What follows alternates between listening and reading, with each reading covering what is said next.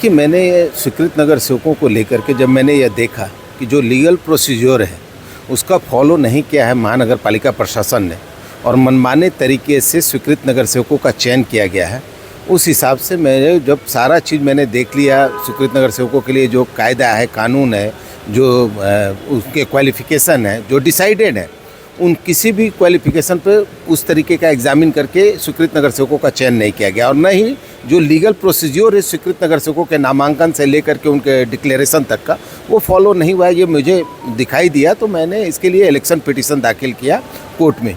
और election petition में मुझे आज आपको यह बताते हुए खुशी हो रही है कि प्राथमिक स्तर पर हम लोगों ने न्यायालय को यह स्पष्ट कर दिया है कि हमारे इलेक्शन पिटीशन के जो तथ्य हैं वो प्रमाणिक हैं और इन पर सुनवाई होनी ज़रूरी है। इसलिए न्यायालय ने हमारा इलेक्शन पिटीशन स्वीकार करते हुए जितने भी रिस्पोंडेंट हैं, जिसमें टोटल 16 रिस्पोंडेंट हैं, उसमें म्यूनिसिपल कमिश्नर हैं, उसमें मेयर हैं, उसमें सभागृह नेता हैं, उसमें विरोधी पक्ष नेता हैं, इस तरीके से टोटल 16 लोग हैं जिसमें जो नॉमिनेटेड कॉरपोरेटर हैं उन लोगों का भी उसमें नाम है। तो उन लोगों को आज नोटिस सर्व करने का आदेश हो गया है। देखिए, लॉ कहता है कि इनका जो क्वालिफ़िकेशन है वो क्वालिफ़िकेशन बहुत डिसाइडेड है।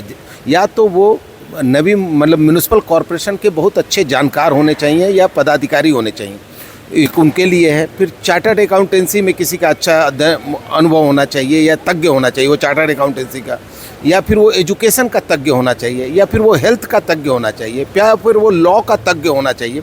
वो लॉ कहता है 6 पार्ट में डिवाइड किया हुआ है कि ऐसे 6 स्पेशलिस्ट लोगों को आपको म्यूनिसिपल कॉरपोरेशन में आपको कोऑप के रूप में लेना है, कॉरपोरेटर के रूप में। और वो इसलिए किया गया है कि चूँकि जो कॉरपोरेटर जीत के आते हैं उनको उतना लीगल नॉलेज और उतना तज्ञ में वो नहीं होते, उतने स्पेशलिस्ट नहीं होते हैं। तो उनकी सहायता के लिए ये जो स्वीकृत नगर सेवक हैं वो तज्ञ इसलिए रखे गए कि वो कॉरपोरेटर को समझा सकें, सिखा सकें कि नहीं ये तज्ञता के आधार पर ये चीज़ सही है, ये गलत है। तो इतना अच्छा जो प्रोविज़न है राज्य सरकार का, जो चाहती है कि म्यूनिसिपल कॉरपोरेशन का जो वर्क हो वो बेहद ही स्पेशलाइज तरीके से हो, वो इतनी अच्छी चाहत और इतने अच्छे कानून का जो पूरी तरीके से यहाँ उल्लंघन किया गया है, ये ठीक नहीं है। और इसी को लेकर के मैंने ये पिटीशन दाखिल किया। अभी देखिए, अभी नोटिस सर्व होगा। नोटिस सर्व होने के बाद ये लोग अपना अपना जवाब दाखिल करेंगे। ये हमको बताएंगे कि इन्होंने लीगल प्रोसीजर कैसे फॉलो किया या नहीं किया। जब ये जवाब दाखिल करेंगे तो फिर मैं उसमें से जो कमी होगी वो मैं कोर्ट के सामने पेश करूँगा कि यहाँ ये फॉल्ट है इनका, ये चीज़ इन लोगों ने नहीं किया है। और फिर कोर्ट उस पर ऑब्जर्व करेगी कि मेरा कहना सही है या प्रशासन का कहना सही है, और उस हिसाब से डिसीजन पास हो।